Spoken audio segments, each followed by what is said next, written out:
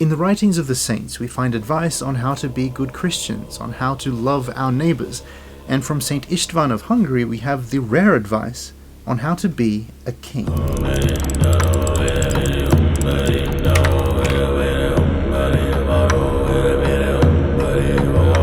Not many of us are likely to become kings of great nations and empires, but when we look at history we can learn a lot from good Christian leaders and their examples.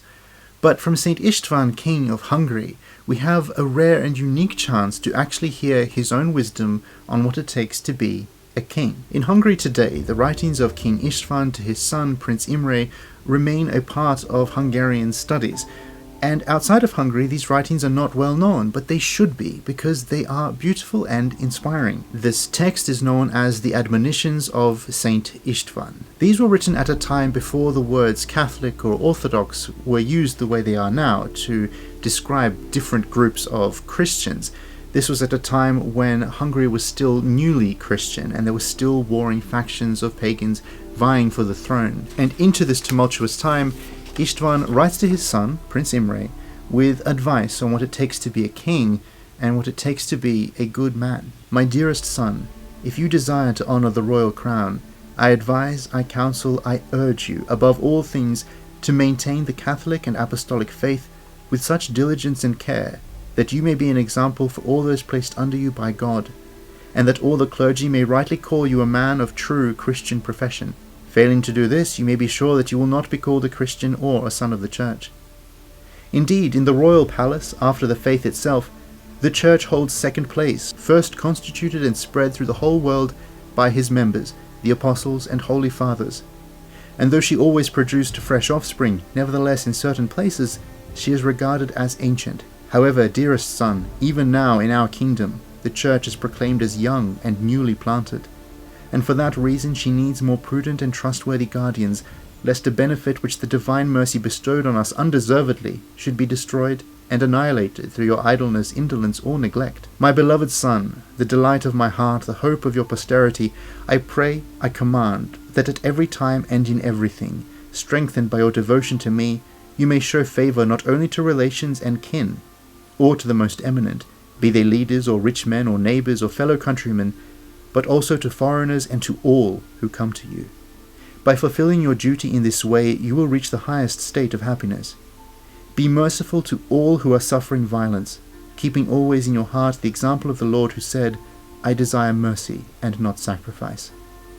Those who want to weaken or mar the sanctity of the Holy Church labour to dismember the body of Christ. So it is incumbent upon you, my son, to vigilantly protect the sacred Church, nurturing it ceaselessly, so it grows and not shrinks.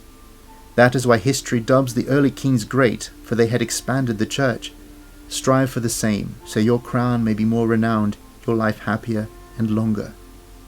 The nobles, my son, are your fathers and brothers. They should serve you as soldiers, not as slaves. Rule all of them without anger and pride and envy, but peacefully, with humility, gently, holding ever in your memory that all men are of one condition, and that nothing elevates save humility, and nothing casts down save pride and envy. If you are peaceable, then you shall be called a king and a king's son, and you will be loved by all the knights. Direct the life of your companions with the rule of virtue, that captured by your love they may inoffensively adhere to the kingly authority, and that your realm may be wholly at peace. Patient kings rule, but impatient ones tyrannize. When something comes before you which it befits your dignity to judge, with patience and mercy or pity judge it, that your crown may be praiseworthy and right. Be patient with everyone, not only with the powerful, but also with the weak. Finally, be strong, lest prosperity lift you up too much, or adversity cast you down. Be humble in this life, so that God may raise you up in the next. Be truly moderate, and do not punish or condemn anyone immoderately. Be gentle, so that you may never oppose justice. Be honourable, so that you may never voluntarily bring disgrace upon anyone. Be chaste, so that you may avoid all the foulness that so resembles the pangs of death.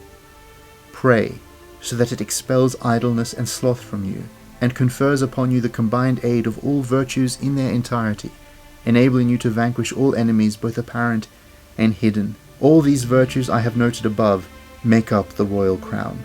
and without them, no one is fit to rule here on earth or attain to the heavenly kingdom. Istvan's son Imre never lived long enough to be king, and most of those who have read this letter or the other things that Istvan wrote will also not be kings or emperors or rulers. But what Istvan was teaching to his son, this pursuit of Christ, this pursuit of the holy virtues, living a life of holiness, that is what true kingship is.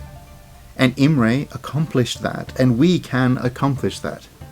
Let us strive, like the prince and like the king, to be royalty for Christ.